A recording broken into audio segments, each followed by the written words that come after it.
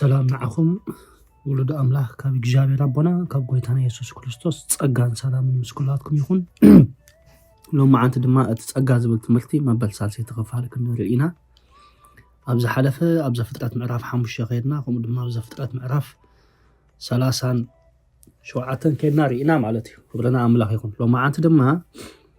أو أبز فترتنا هنري جناخ بزعباتنا يجابي تسقى قبلنا أملاك يكون جون بلوكم علىهم تمريح تقصنا نبقى سولو زلنا تايو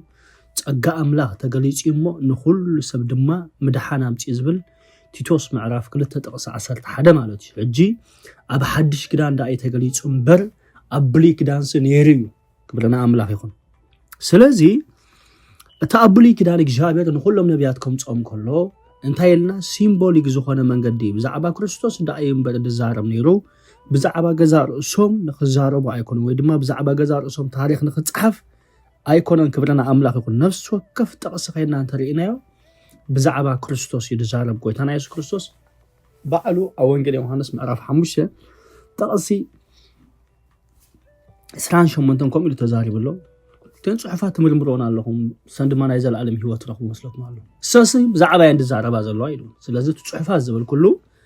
نتبولي كدان مقانو رئينا لنا خبرنا أملاك يكون سلازي أبزا فترات معرف سلاسان شوعتن سلازي كله أيكوننا كنبوة تدتنا برنا ندحلفنا كنبوينا خبرنا أملاك يكون سلازي فترات معرف سلاسان شوعتن صحاب قدسكم توجيههم صبغي ذا فترات معرف سلاسان شوعتن كاب تقصي هذا كنبوينا Thank you Lord Jesus. Okay خمس بلنا يعقوب دما أبتا أبو تسديو الدواء زنبرة مدري أم مدري خان أنت قمته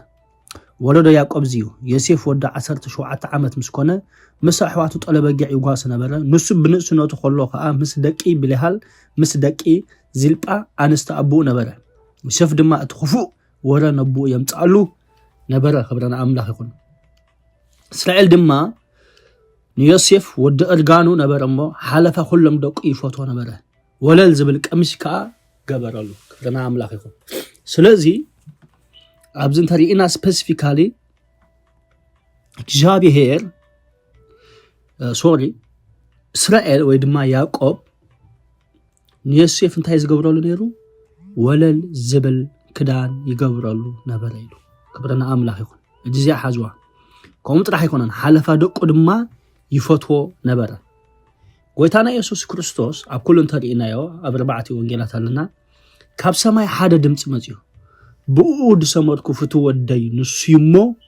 نعو انتاي قبرو سمعوه اوكي يسيف حالفا كلهم يعقوب فتو نيرو قويتانا يسوع كريستوس دما أبو حالفا كلهم أبت مدرت زنبرو شعو نو قويتانا يسوع كريستوس انتاي زقبر نيرو زفتو نيرو مهنياتو بؤود سمركو فتو ودي إلو بعلو ديسكرايب قيرو والله كومو دما أبت كرن ملوات زبهال ماتيوس معرف 10 بود سمركو فتو ودي نسيمون عيون تاي قبرو يلو سمعوه كبرنا أملاك يكون سلازي تتماساس هالن رئي لنا نايسي في وقت مسقويتنا يسوع كريستوس كبرنا أملاك يكون اوكي سلازي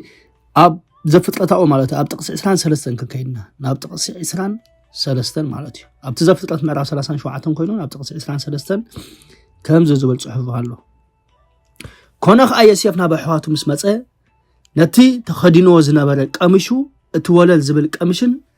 قنططو كبرنا أملاك يكون انتاي غيرمو قنطيطمو ايناي اتولل زبل كدان كبرنا أملاك يكون لك ادما غويتانا يسوع كريستوس كومو غيرمو لو ماتيوس معرف 19 سوري وانجيل يوحنس معرف 19 سوري وانجيل يوحنس معرف 19 تقصي 23 كم زبلنا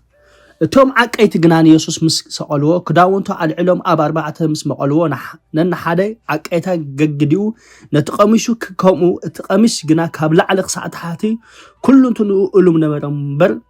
سفاي ينورون نحد حدم كا نزبصح كبصح عقدا نودقلو امبر اين قدد تباهالو تخداونتو نرؤسهم تماقلوه نقمشي ونعقا تودقلو زبل صحف من تخفصميم اتوم عقيتي ازز قبرو كبرنا أملاك يكون حجب زين ترينا انت يزبلنا زلو اتوم عقيتي دما نغويتنا يسوع كريستوس تاغيرمو نخدالو تاغيرمو وشدمو ازي داويت بمنفس تنبيت كوينو ابز مزمور داويت مبل اسران كتنالنا ዝተነበየ ትንቢት ኣብዚ እንታይ ረኺቡ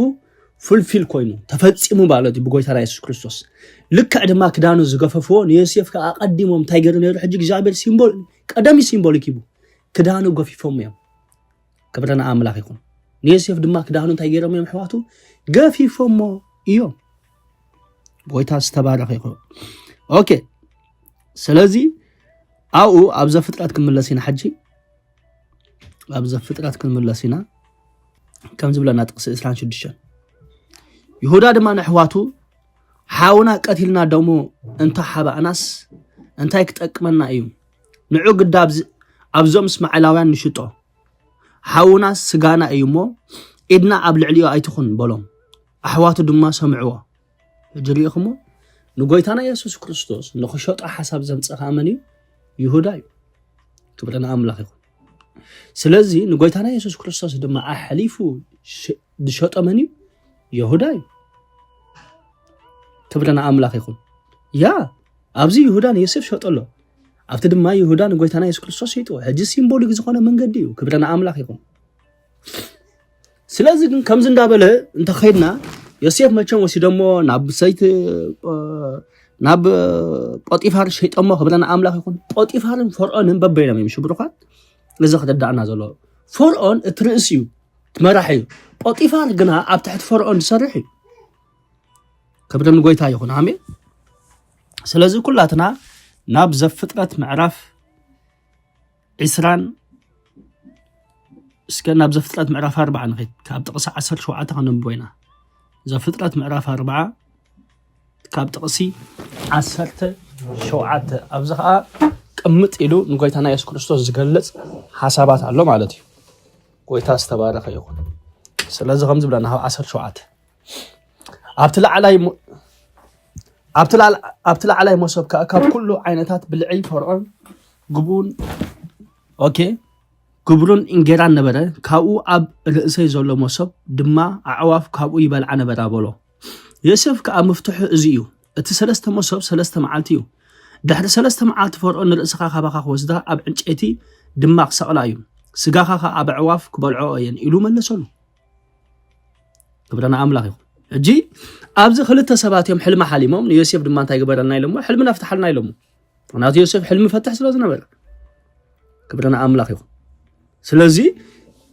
ዮሴፍ ድማ ነቲ ሓደ እንታይ ኢልዎ ነቲ ናይ ሜስ ኣብ ላዕሊ ኣለና ኩሉ ክነንብቦ ስለዘይንኽእልና ምስ ግዜና ኢና ንዑ ኢልዎ ንስኻ ናብቲ ናይ ቀደም ስራሕኻ ክትምለስ ኢኻ ኢልዎ ንፈርዖን ድማ ኣብ ኢዱ እንታይ ክትቦ ኢኻ ኢልዎ ኣብ ኢዱ ድማ ወይኒ ክትቦ ኢኻ ኢልዎ ክብረና ኣምላኽ ይኹን ነዚ ግና ክስቀል ኢኻ ክትሞት ኢኻ ኢልዎ ምስ ጎይታና ኢየሱስ ክርስቶስ ዝነበሩ ክልተ ሰባት ተሪእኹሞ እቲ ሓደ ድሒኑ እቲ ሓደ ግና ዘላግፀሉ ዝነበረ ክብረና ኣምላኽ ይኹን ስለዚ ኣብዚ ድማ ሲምቦሊክ ዝኾነ መንገዲ ናይ ዮሴፍ ሂወት ተሪእናዮ ንጎይታና ኢየሱስ ክርስቶስ ዲስክራይብ ዝገብር እዩ ነቲ ናይ ሓድሽ ክዳን መንገዲ ከመይ ኢሉ ከም ዝመፅእ ዲስክራይብ ዝገብር መንገዲ እዩ ክብረና ኣምላኽ ይኹን ስለዚ ዮሴፍ ተፈቲሑ ናብ እንዳ ሽዑ ተፈቲሑ ናብ ፈርዖን ክመፅኡ ምክንያቱ ነዚ ሕልሚ ዝደኣ ክፈትሖ ይመሊሱ ናይ 7 ዓመት ሕልሚ ኣሎ 7 ዓመት ጥሜት ከም ዝኸውን 7 ዓመት ድማ ፅጋብ ከም ዝኸውን ንፈርዖን እንታይ ገይሩሉ ሕልሚ ምስ ፈትሓሉ ብድሕሪ እንታይ ኢልዎ ኣብዚ ናተይ መንግስቲ እንታይ ግበር ኢልዎ ግዛእ ኢልዎ ክብረና ኣምላኽ ይኹን ሕጂ ጎይታና ኢየሱስ ክርስቶስ ድማ ናይ ኣቦ ሕልሚ እንታይ ገይርዎ እዩ ፉልፊል ገይርዎ እዩ ክብረና ኣምላኽ ይኹን ሕጂ ከምቲ ናይ ፈርዖን ሓሊሙ ይኮንኩን ዝብለኩም ዘለኹ እግዚአብሔር ኣቦ እንታይ ደኣይና ንብል ዘለና እግዚአብሔር ኣቦ ድማ መን ክኸደልና ንመን ድማ ኢና ክንልእኽ ኢሉ ክዛረብ ከሎ ሽዑ ዝኸይድ ዝነበረ ወይ ድማ ክለኣኽ ተዳልዩ ዝነበረ እቲ ሓደ ኣካል ናይ ስላሴ ዝኾነ ኢየሱስ ክርስቶስ እዩ ክብረና ኣምላኽ ይኹን ስለዚ እቲ ናይ እግዚአብሔር ሓሳባት እቲ ናይ እግዚአብሔር ሕልምታት ኣብ ደቂ ሰብ ዝነበረ ተስፋታት ዝሃቦ ፉልፊል ገይሮ ክብረና ኣምላኽ ይኹን ልክዕ ሽዑ ፈርዖን ንዮሴፍ እንታይ ገይሮ ኣግዚእዎ ኣበይግዚእዎ ኣብ ልዕሊ ኣህዛብ ኢኻግዚእዎ ኣብ ልዕሊ እስራኤላውያን ኣይኮነን ገዚኡ ኣብ ልዕሊ ኣህዛብ እዩ ገዚኡ ኢየሱስ ክርስቶስ ድማ ነቲ ናይ እግዚአብሔር ኣጀንዳ ነቲ ናይ እግዚአብሔር ሓሳብ ኩሉ ምስ ተፈፀመ ፉልፊል ምስ ገበሮ ኣብ ልዕሊ ኣይሁዳውያን ኣይኮነን ገዚኡ እንታይ ዳ ኣብ ልዕሊ ኣህዛብ እዮም ገዚኦም كبرنا أملاك يكون وانجيل يوحنس معرف حدا طقس 12 زارب كله نابتيمناتو مصن تيمناتو غنا يتقبلون يوسف دما قدم صحواتي نيرو يتقبلون دا حرجنا بحساب مسكودو حساب تقبلوا من يوسف نحنا دما يغويتنا يسوع كريستوس نتيمناتو سلازي يتقبلوه طقس 13 شو انت بلنا انجيل يوحنس 13 نتيم استقبلوا غنا بسمو نزامنو ولود أملاك خونو مسل هابهم كبرنا أملاك يكون سلازي اتمنقد لي لنا إذا تلاحقنا يكونون بزولو نبرت ناي حزب تاع ما انتاي غيريو بملو ناي اب ግብጽ ዝነበረ ክብርታት ወይ ድማ ግብጽ ጥሜት ስለዝኾነ ሁሉ አዲጎም ንመን ሂቦሞ ንዮሴፍ ሂሞሞ ንዮሴፍ መስሓብዎ ዮሴፍ ግን እንታይ ዝብለና ንኹሉ ድማ ኣብ ትሕቲ ፈርዖን ኣግዝኦ ዝብለና ክብረና ኣምላኽ ይኹን ጎይታና ኢየሱስ ክርስቶስ ቀዳማይ ቆሮንቶስ 15 ከይዳ እንተሪእናያ ንኹሉ ድማ ናበቦ ኣግዝኦ ዝብለና كبرنا أملاك يكون سلازي سيمبوليك زخونة من قدي شو بروخال سيمبوليك زخونة من قدي نا يسيف هيوت نري لنا كبرنا أملاك يكون يسيف قدم أبي نجيسو أب قبصي نجيسو قبص أبراهيم عسل حدا عالمي لنا لا أبانا ينجيسو كبرنا أملاك يكون نحنا نبزي أملاك نيرنا ودا أملاك زت هبارك يكون شعود ما بدحريو أحوات انتهى قبرهم كموتيهم كبرنا أملاك يكون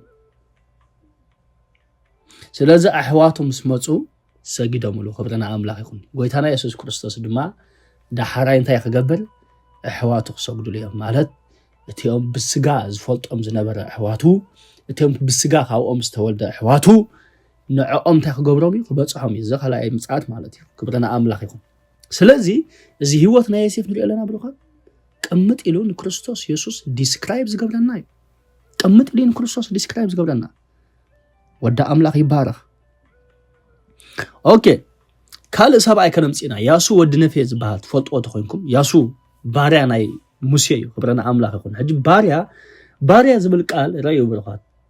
هجي سب ميس أندرستاندينا له باريا مالت انتهينا نحنا نفلتو كم زي بجنزب استعدقا أيكونن نموسيو يزغلغلو نيرو خبرنا أملاك يكون نناي أملاك سب مقلقال صبقي كبرنا أملاك يكون نني أملاك سب مقلقات صبقي أبي ملكا تتحت الناس الذين فلطينا نحن تتحت الناس سب تزردعو لا تقال أملاك بقبو تنزببو سم بدأ إلياس نبعلون إيدو إلسا أكون نبعلون أبي إيد إلياس ما يزنت أبطو نيرو إيدو يزحص من نيرو مالتكو أبزي جيزي تنري أنت ينبلنا نيرنا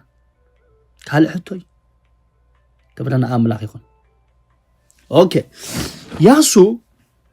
زمساسلو مسغويتنا يسوع كريستوس كندينا ياسو مالت ابتنا ابراهيم تقينا انت دينا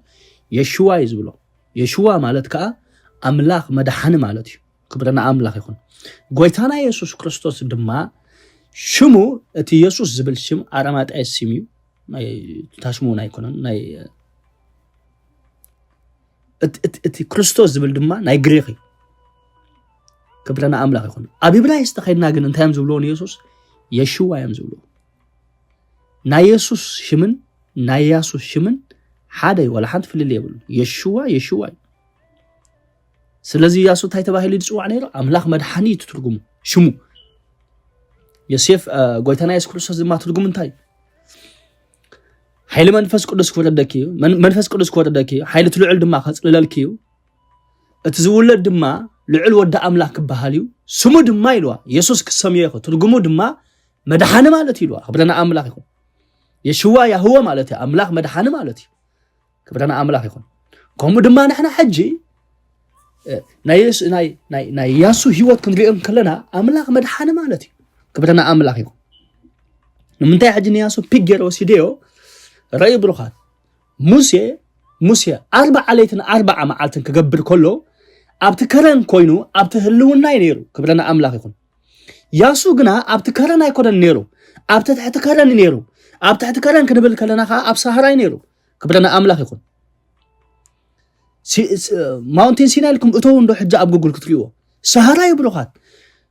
موسى ابهلونا خوينيو 4 معالتن 4 عليتن زي بلعه ياسو غنا كابهلونا وصاي كبرنا املاك يكون ابت مدره بدا خوينو 4 معالتن 4 عليتن نموسى تصبيو خبرنا املاك يكون ام مدره بدا دما 4 معالتن 4 عليتن دصمه ጎይታና ኢየሱስ ክርስቶስ እዩ ክብረን ጎይታ ይኹን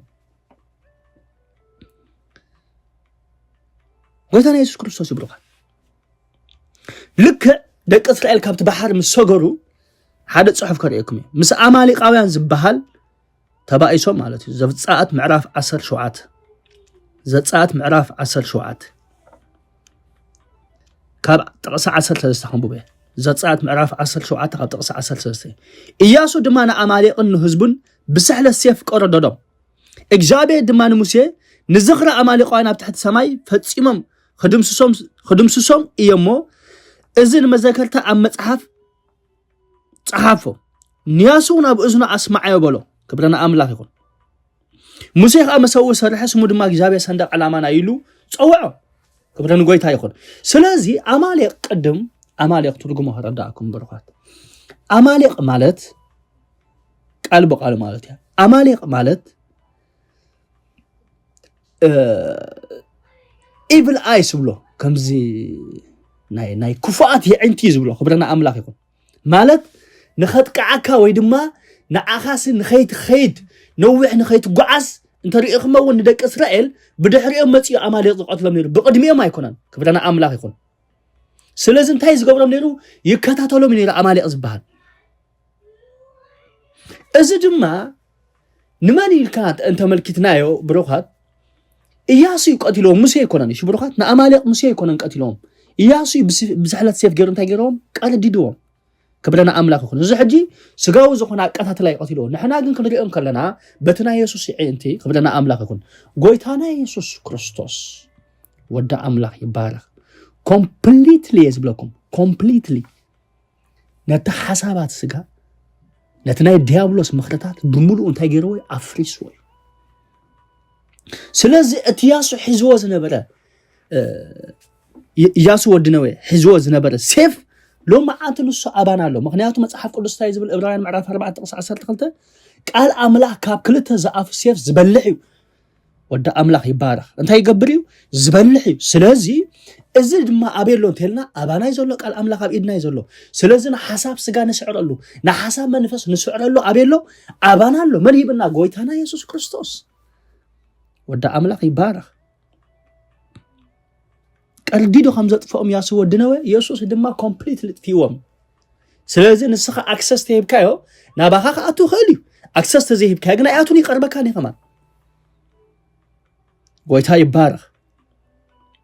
ካል ያሱ ወድነው ናብታ ማዓርን ጻባን ተውሕዝ ምድሪ እንታይ ገይሮም የእቲዎም ጎይታና ኢየሱስ ክርስቶስ ድማ ሕጂት ማዓርን ጻባን ዝብል ዘሎ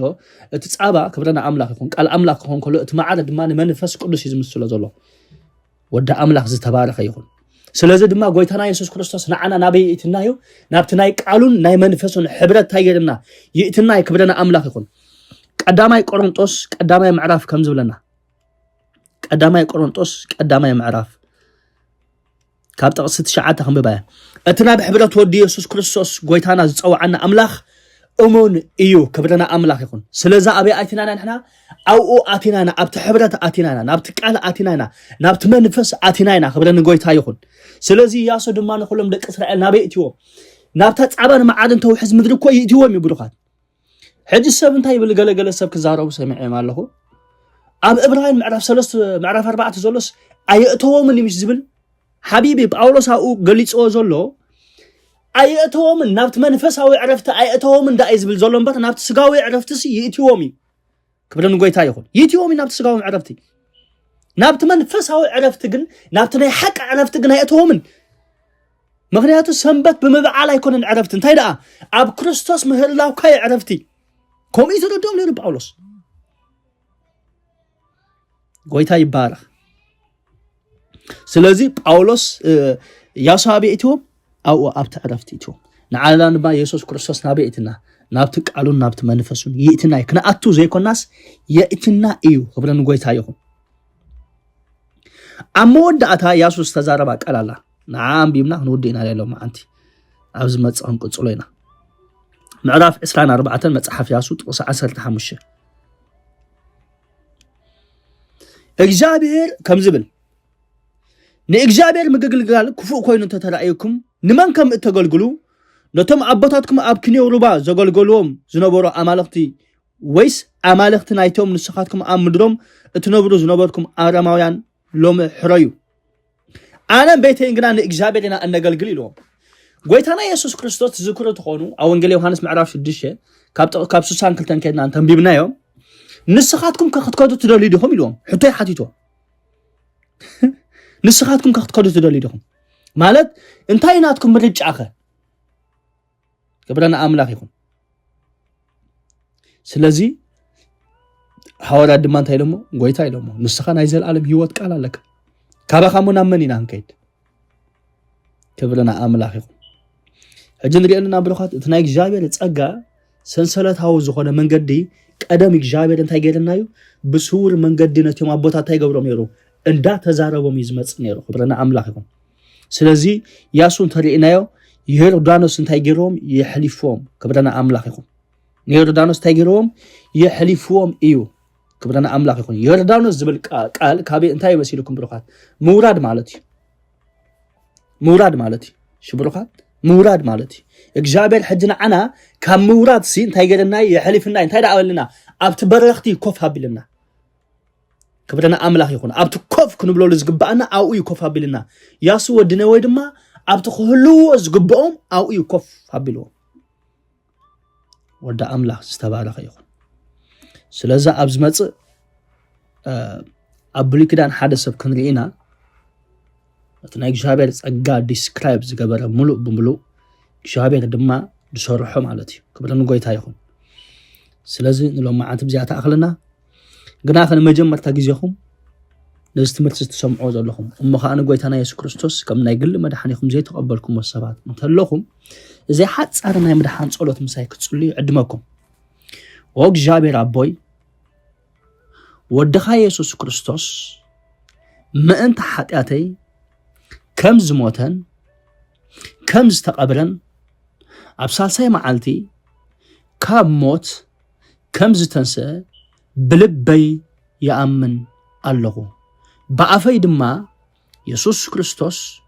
ንሱ ወዲ ህያው ኣምላኽ ምዃኑ ይምስክር ኣለኹ እዚ ሓፃር ናይ መድሓን ጸሎት ዝተቐበልኩም ከምቲ ሕጂ ክንዛረቦ ዝጸናሕኹ ንስኻትኩም ኣብታ ኣምላኽ ዘሎ ኣብኡ ኣቲኹም ኣለኹም መንፈስ ኣምላኽ ኣለኩም ናይ እግዚአብሔር ቃል ድማ ኣብ ኢድኩም ኣሎ ክብረና ኣምላኽ ይኹን ኣብታ ሓቀኛ ዕረፍቲ ኣቲኹም ኣለኹም ግና ክትጽሑፍ ከምዚ ዝብል ኩሉ ሰብ ክድሕን ናብ ፍልጠት ሓቂ ድማ ክበጽሕ ዝብል መቀዳማይ ጢሞቴዎስ ምዕራፍ 2 ስለዚ ናብታ ኣብያተ ቤተክርስትያናት ኣብ ጥቓኹም ዘለዉ ከይድኩም ትምህርቲ ድሕነት ክትጅምሩ ብምሕረት ኣምላኽ ምዕደኩም ኣብ ዝጉር ብዙ ኩልኩም ትካፈሉ ድማ ብሽም ኢየሱስ ክርስቶስ በዚ ሰዓት እዚ ንኩልኩም ይጸልለኩም ኣብ ህይወትኩም ዘይተቃንዐ ዘይተሳለጠ ነገር በዚ ሰዓት ዝምስላጥ ይኹነልኩም ብሽም ኢየሱስ ክርስቶስ ናዝሬታዊ ኩሉ ኣጋንንታዊ ምኽሪ ኩሉ ዲፕሬሽን ዘይምጽላይ ዘይምንባብ ንመንፈሳዊ ነገር ዘይምንቃሕ በናዝሬቱ በኢየሱስም ካብ ህይወትኩም የፍርሱ ኣለኹም ህይወትኩም ከድክም ዝመጽእ ሓይልኩም ክበልዕ ዝመጽእ ከታልል ዝደሊ መንፈስ ብሽም ኢየሱስ ክርስቶስ ተቆርጸ ይኹን ዝሓመመ በኢየሱስ ስም ካብ ዘለዎ ሕማም ምትንሳእ ይኹነሉ ሕጂ በኢየሱስ ስም ምትንሳእ ይኹን ኣቦስ ዝገበርካ የመስግነካ ክብረህ በካ ኣለኹ እግዚአብሔር ኣብ ህይወቶም ብርታዕ ስለ ዝገበርካ ተመስገን ፈውስ ዘድልዮ ፈውስ ስለ ዝገበርካ ተመስገን እግዚአብሔር ኣብ ቢዝነሶም ምውሳኽ ዘድልዮ ምውሳኽ ስለ ዝኾነሎም ተመስገን ወረቐቶም ዝተተሓዘ እግዚአብሔር ምስላጥ ስለ ዝኾነ የመስግነካ بسم تفكروا ودخا إيسوس كريستوس آمين